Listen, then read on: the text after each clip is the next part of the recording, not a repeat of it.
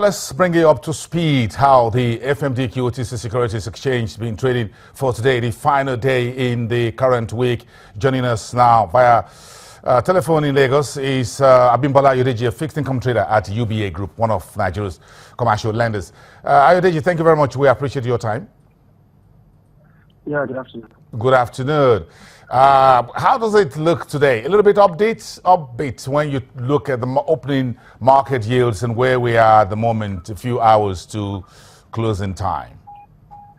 Yeah, we experienced a little drop in yields across all tradable maturities when we compare where we are right now to where we actually opened.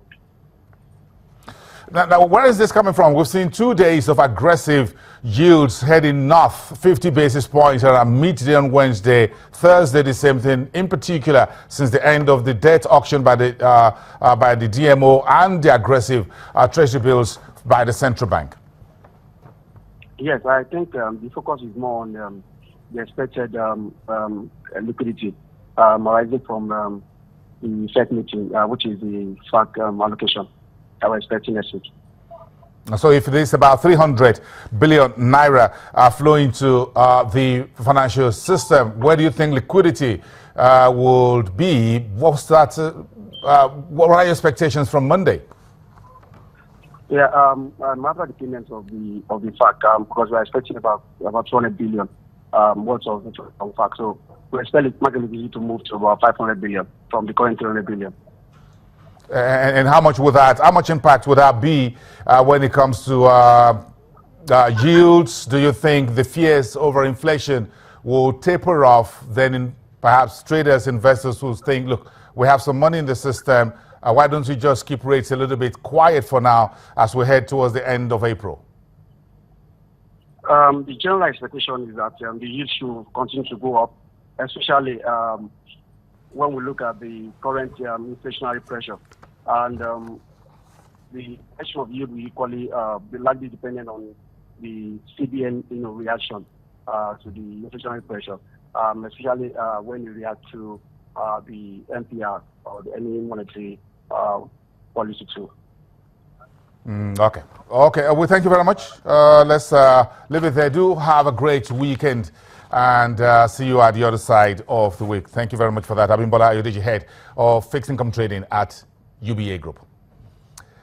The world's second largest economy, China, has recorded registered unemployment rates in urban areas at 4.04% at the end of March. That was down from 4.05% at the end of 2015. However, the Ministry of Human Resources and Social Security said an additional 3.18 million urban jobs were created in the first 3 months of this year.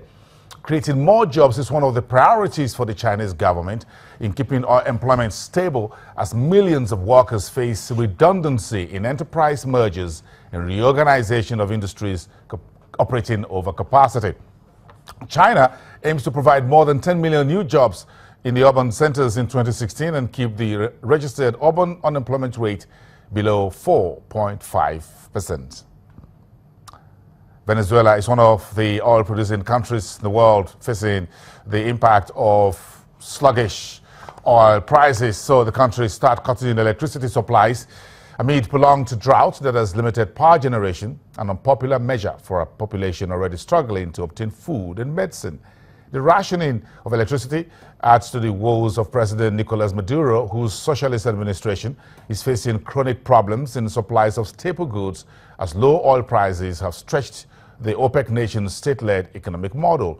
Most of the country's electricity comes from the massive Guri hydroelectric dam, whose reservoir has reached historic lows as the El Nino weather phenomenon delays the rainy season.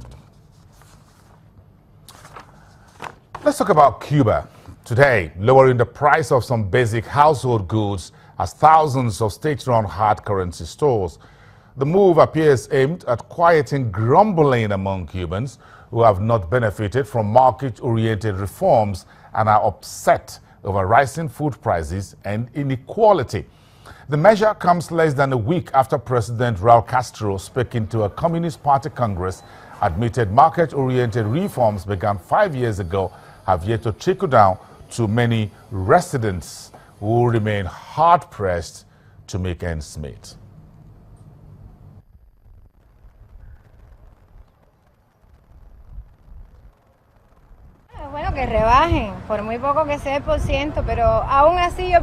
It is good that the prices are coming down a little bit, but I still think that with our wages, everything will always be expensive.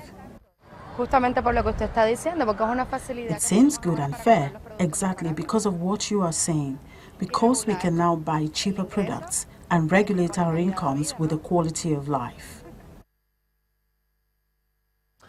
If you're looking across Africa for this month's Sales Managers Index, you need to look towards World Economics. We have a lot on the Pan-African data released today, so stick around for our regular news bulletin today and the rest of the weekend. Do enjoy your weekend. I am Bosi Namafai, and I'll see you at the other side.